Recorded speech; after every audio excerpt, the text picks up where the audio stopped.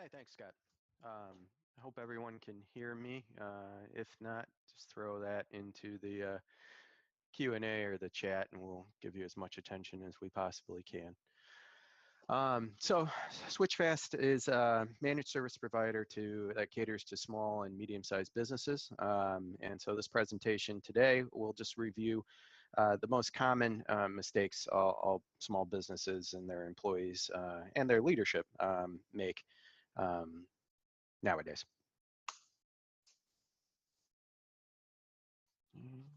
Away we go. So we'll step through who's at risk, what are the most common threats here, and I highlighted two of the most common areas that are relatively easy to address, the behavioral and the email threat vectors.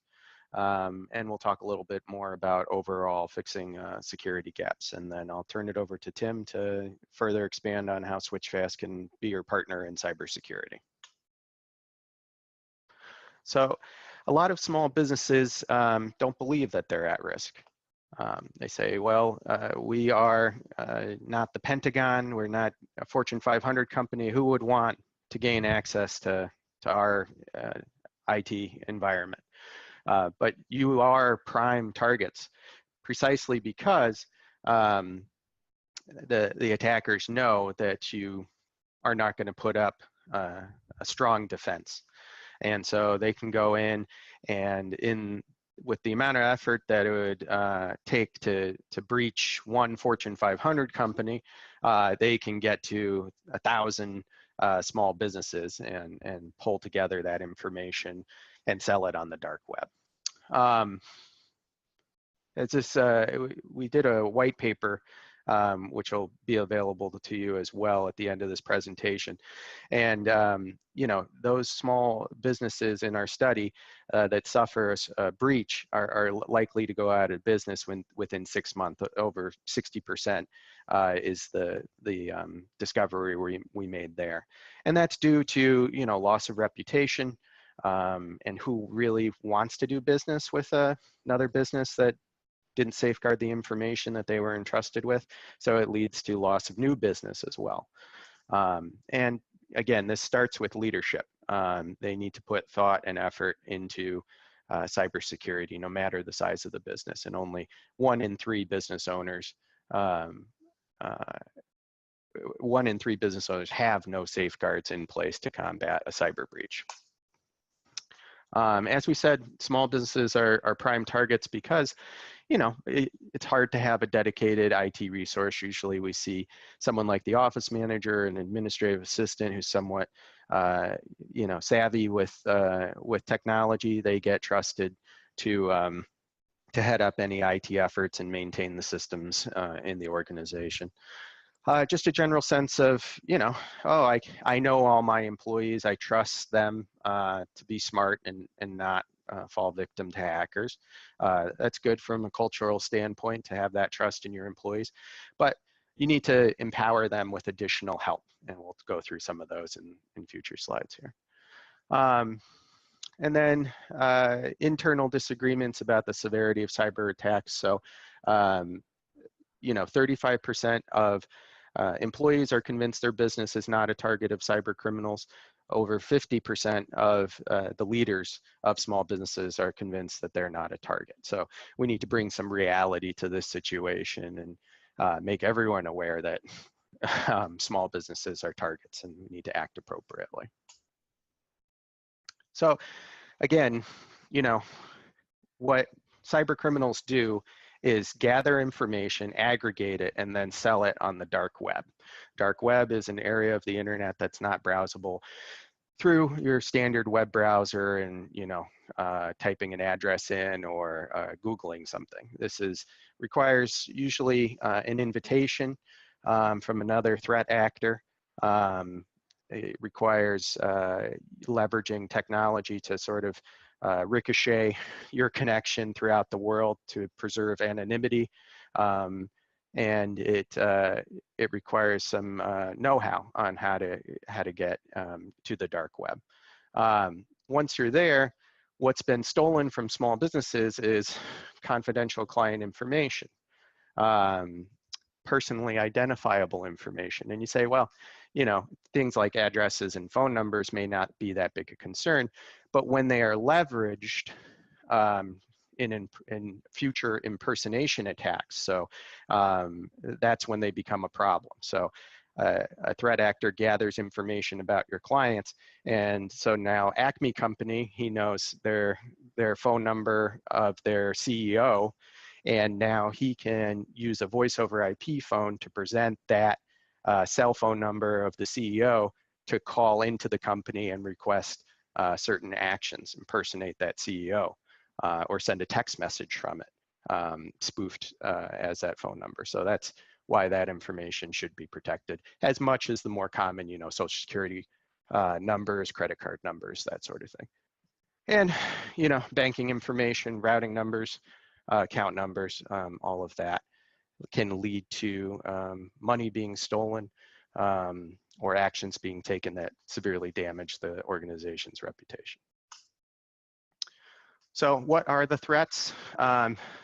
Decided to walk you through sort of an anatomy of a common data breach in a small business that we've seen in our time.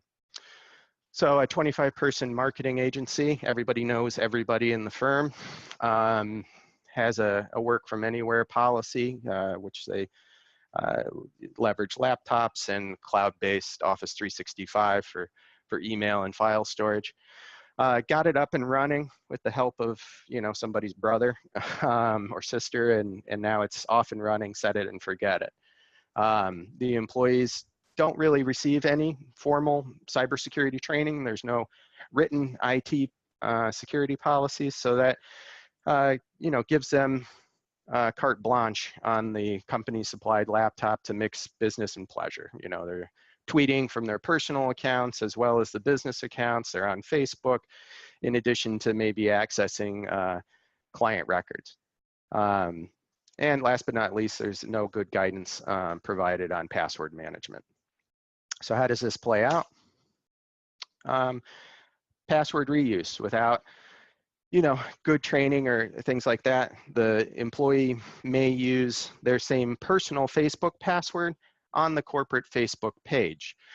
They may use that same password to gain access to the Chase bank account, you know, if they're in the finance department. So we're reusing a password. Now the problems begin when, say, Facebook is breached or Amazon is breached.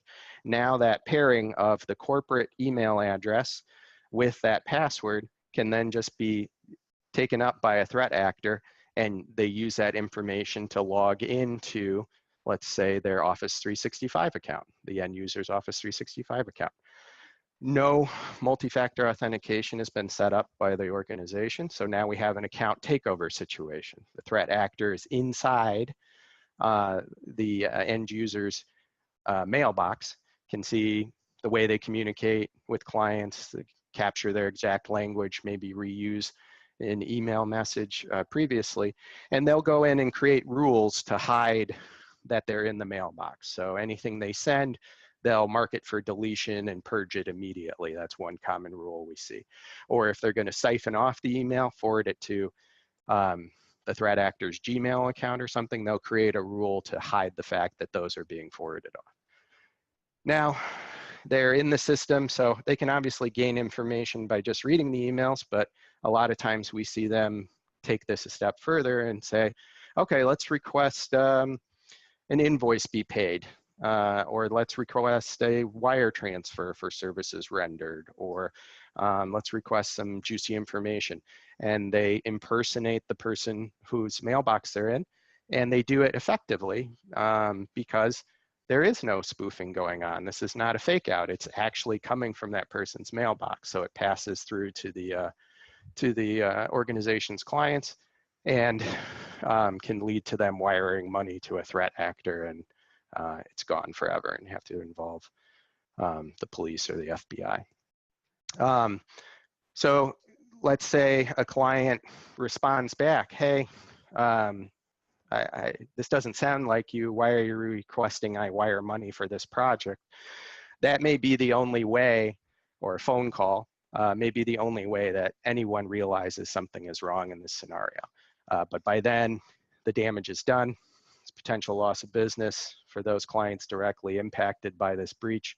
Or if it makes the local news or circulates, just among the industry that you're in, can lead to damage of reputation.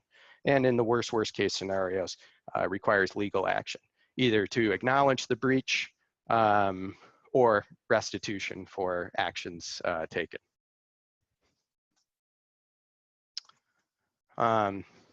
So how do we put an end to this? Well, or at least help mitigate it a bit. The first step is to build a human firewall. And this starts at the very top all the way down to your line staff. Everyone who interacts with the organization, functions as a member of it, should go through this. Negligent employees are the #1 cause of data breaches across America. That is because social engineering is leveraged so heavily now that we'll see that technical controls are powerless to stop it in certain scenarios. So when we talk about building a human firewall, we want to educate our end users. The quickest, easiest way to do this is incorporate cybersecurity training into your new hire process, and also conduct it annually for existing employees. Ideally, the content is refreshed periodically as new threats emerge so that people are educated on that. You also want some sort of checks and balances to verify that your employees have gone through the training, didn't just click through the slides or the videos and exit out of it. You want to have some sort of quiz that verifies that they actually learned something from it. And ideally, those results are passed up to management to ensure that everyone's doing their part in this cybersecurity effort. Some of the things they'll learn about in their cybersecurity training will be to be cautious about joining random hotspots that claim to be free. Those are an avenue for cyber criminals, threat actors to siphon off information that's not encrypted. If they do need to work from the road, options to mitigate this are either tether to your phone, if you have the ability to do that on your cell phone plan, or when connecting to a known good connection, verify it with the name of the wireless, with the coffee shop or with the airport, then immediately connect to your corporate VPN so that any traffic that's sensitive that you're passing back and forth is fully encrypted. Don't visit websites that aren't encrypted. These kinds of things can help mitigate this risk if it's absolutely necessary to connect on the road. They'll learn about, good password hygiene and good password practices. So yes, everyone knows complex passwords or should have heard about it, but the more damaging things we're seeing lately are the password reuse, like in my example, discussing an external data breach completely outside of your control with LinkedIn, Dropbox, whoever, coming back at you directly when an employee is reusing the same password at every site, everywhere with their corporate email address. Sharing information or access with threat actors, we always want to be as friendly as possible, especially in a service-based industry like ours. But when I get calls where I can't verify the person's identity, I have to politely say, look, I'm not comfortable talking about this matter over the phone with you.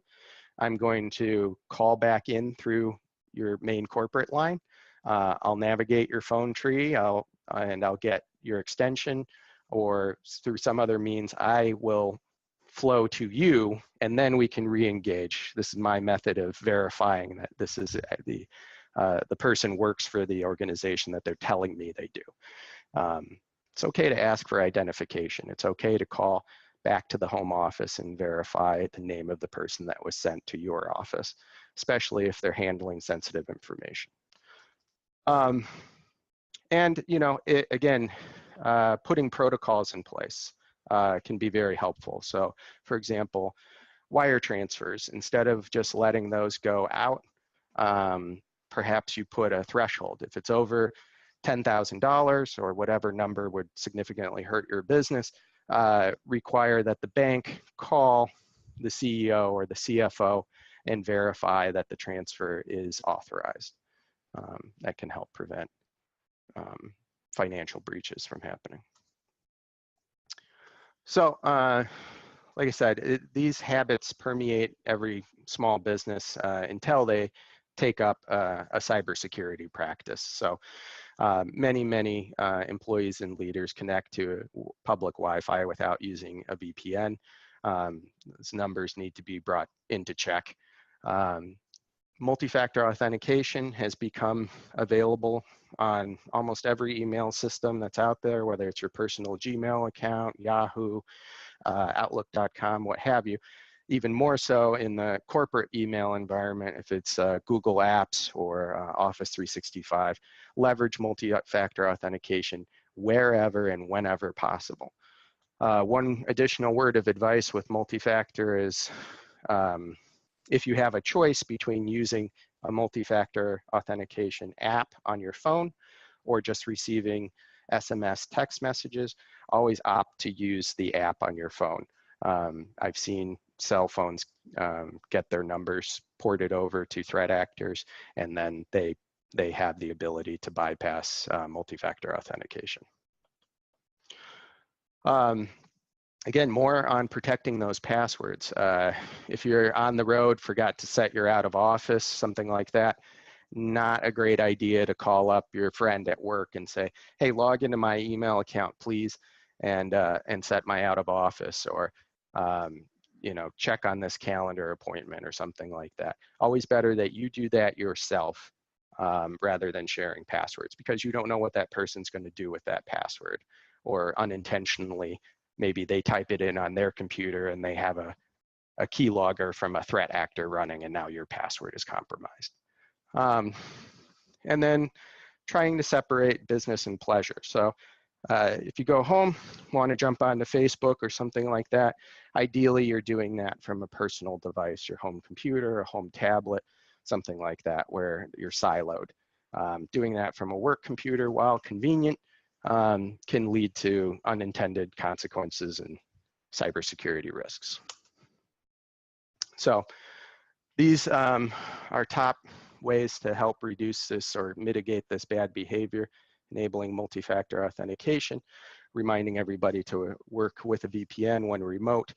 Content filters can help block employee access to Facebook and other things that they shouldn't have access to while at work or on a work computer. And last but not least, if you want to assess your security posture and come up with an action plan specific to you, you can always reach out to someone like Switchfast to help get that done. Phishing. This is in the news a lot because, for a very good reason, 91% of cyber attacks originate with a phishing email.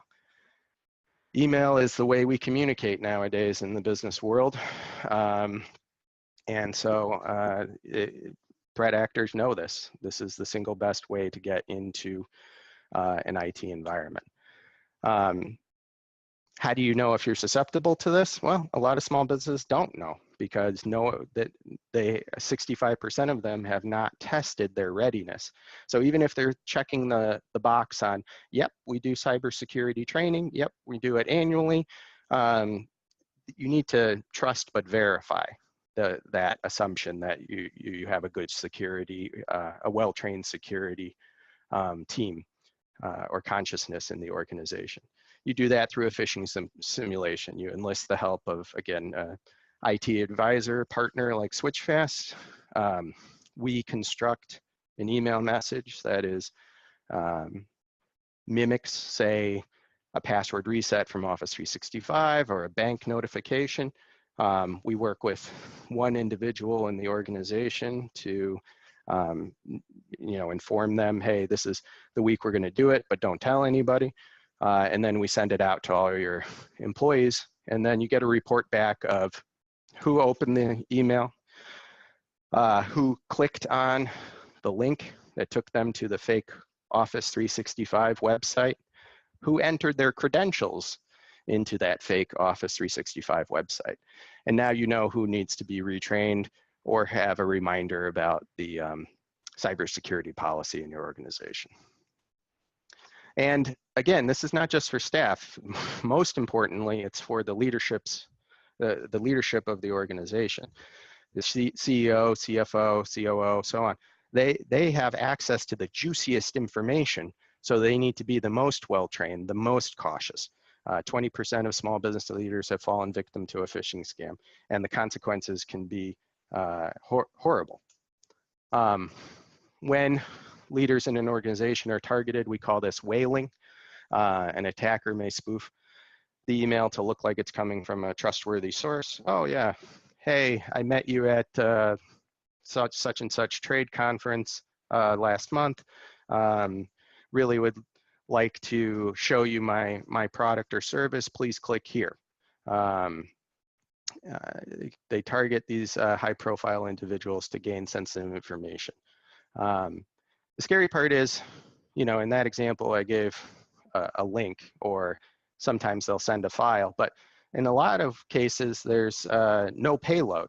It could be simply a set of instructions with some urgency expressed. We've seen it here in our own organization, someone trying to impersonate our CEO, emailing our vice president of finance requesting money be immediately wired out. Don't attempt to call me.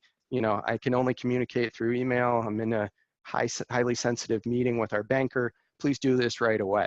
Now, there's no email attachment there. There's no links to follow. It's simply an action with urgency expressed. If the vice president of finance didn't question that email, then money could be lost. Really, the last line of defense is well-trained users, as illustrated in that example. You can help your people. Services like advanced threat protection for email security can highlight when messages are originating from the outside, even if all the other indicators on it say, nope, this is a staff member. So that's one component of advanced threat protection. Other components that are common are advanced threat protection will scan the links in an email to verify they're good before allowing the user who clicked it to go visit the site. They also do advanced analysis on file attachments. The days of zip files being the only avenue to get a virus on a system are gone.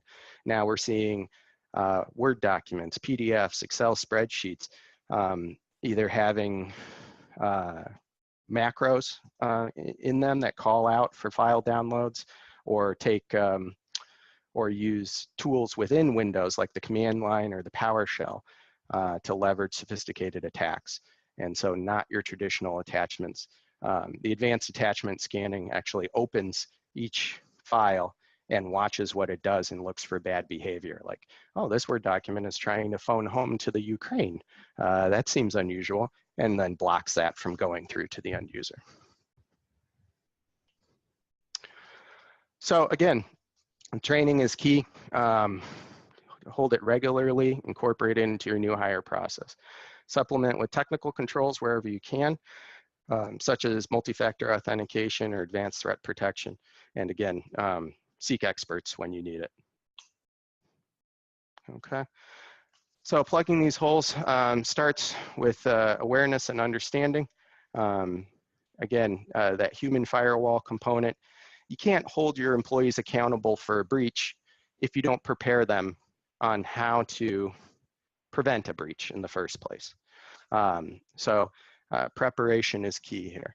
And also create an environment of, uh-oh, if you click on the wrong thing, you're going to get fired. It's not the culture that we recommend. You want one where if you see something, say something. If you did something that you think was wrong, let us know immediately so we can assess the situation, get our arms around it, and take appropriate action. That starts with, okay, who do I talk to about that when I'm concerned about a cybersecurity event? Less than half of Gen Zers know who to report a phishing scheme to. Also realize that, your soft underbelly, your HR and your accounting and finance, where they are going to have the most sensitive information, they need to be protected the most. They need to be kept up to date. If you see a rash of phishing emails coming through, they should be the first departments that are notified. Hey, be on the lookout for this. Don't fall for it. You know, when an incident does happen, having a written incident response plan goes a long way.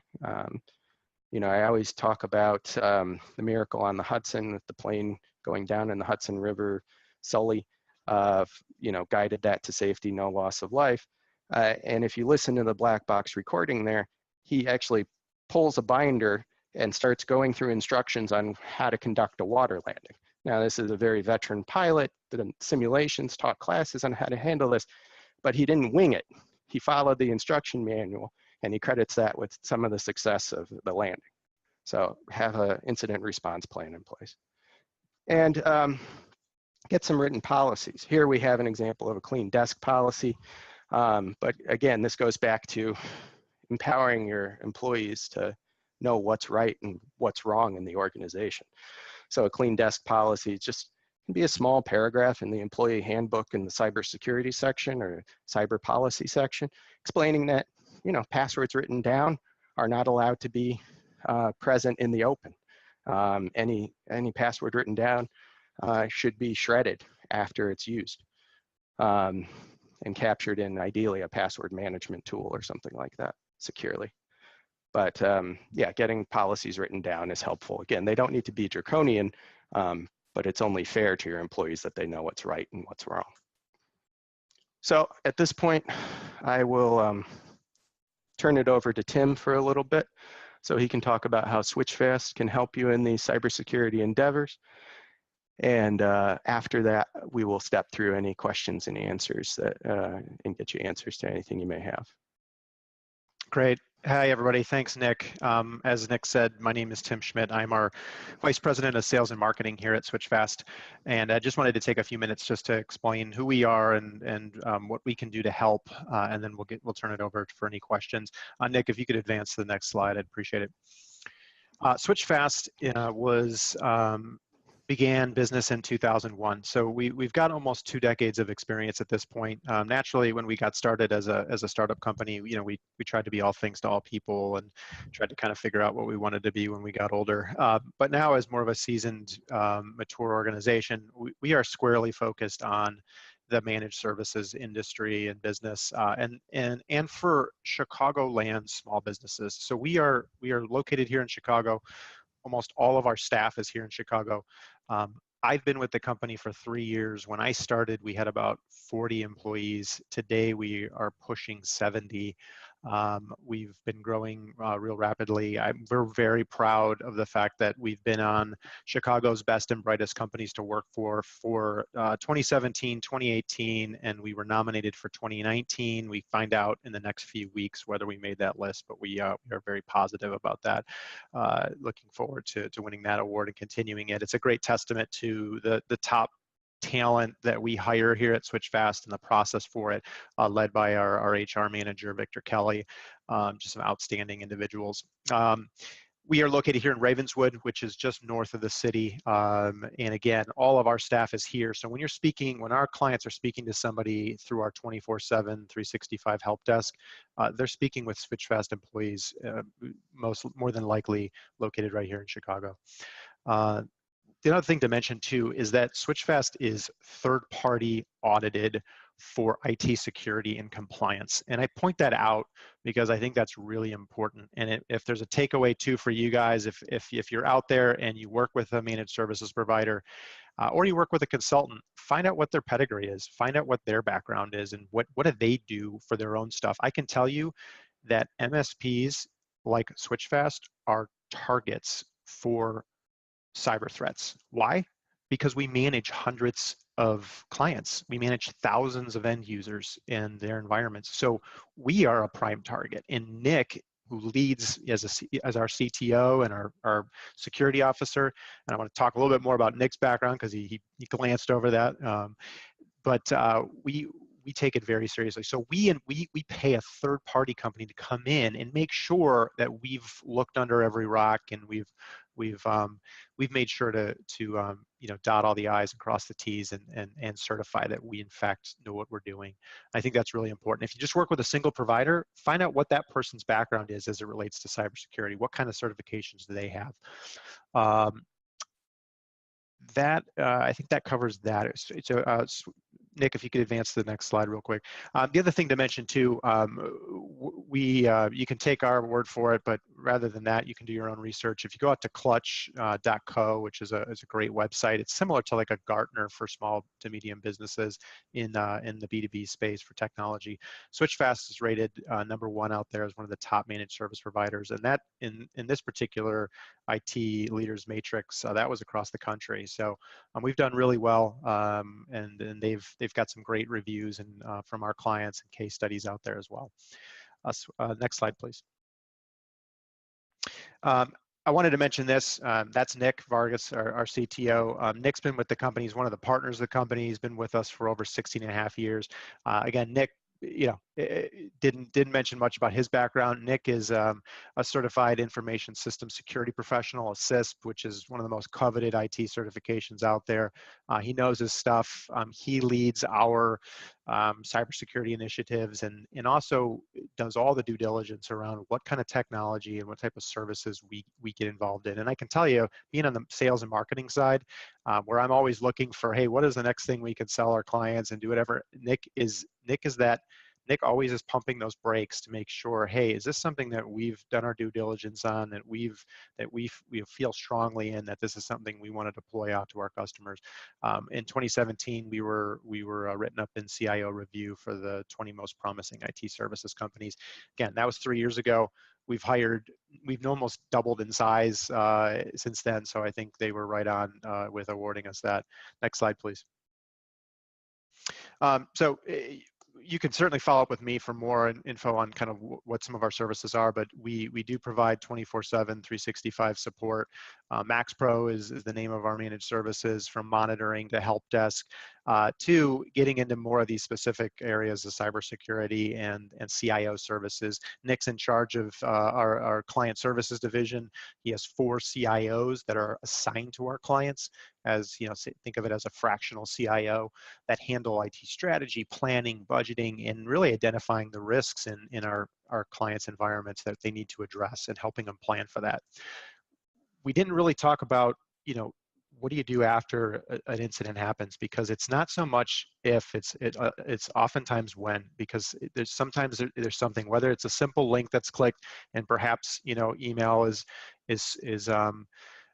become vulnerable, or God forbid it's something worse like ransomware that really affects the company wide. What do you do in that case? And that disaster recovery, business continuity is crucial. Nick talked about having kind of an incident response plan.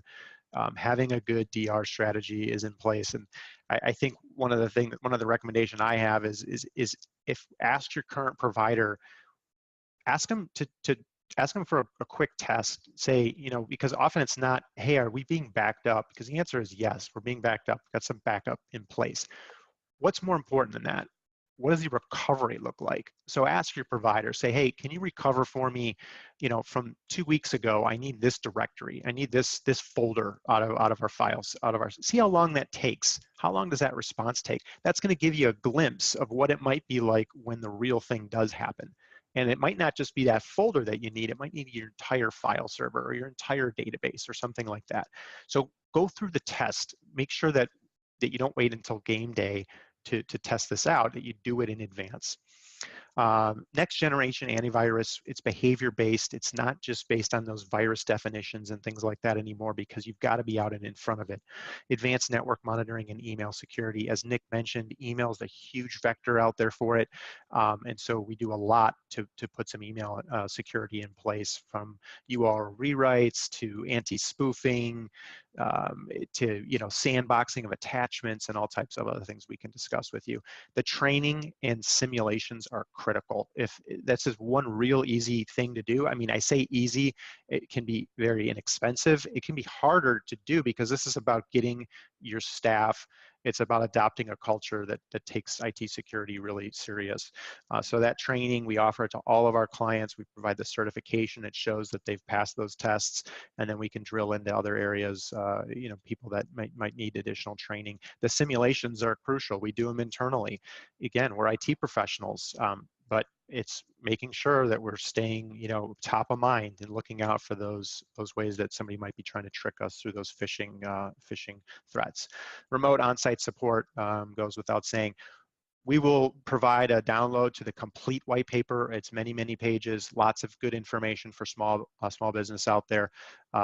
We commissioned that and had an independent company do all the third-party research for us from the C-suite all the way down to your ground employees. That is very insightful. We're also going to offer anybody that's attending this webinar for a free dark web scan. So we provide dark web monitoring for our clients that opt for that, and so in real time we're out there looking for any threats that might appear on the dark web for their company or any of their key employees' personal email addresses and things of that nature. So if you're interested, please send me an email. With that, thanks for hearing me out for a few minutes. I'm going to kick it back over to Scott, who will run through any Q&A that we have, and we're going to thank everybody for joining us so much. And this will be recorded, or it is being recorded, so we'll make sure to send out the link. You can please share if you found value with it. Thank you. Thanks, Tim. So yeah, if you haven't already sent in a question, feel free, you can still send it in now. We have around a little under 10 minutes left, so we'll take as many as we can. So yeah, just feel free to send them in through either the chat function or the Q&A. Nick, we do have a couple. I'm going to start with this first one. Is if there is one thing we should do to strengthen our cybersecurity for our small business, what should we consider doing? So if they could only take one step, then.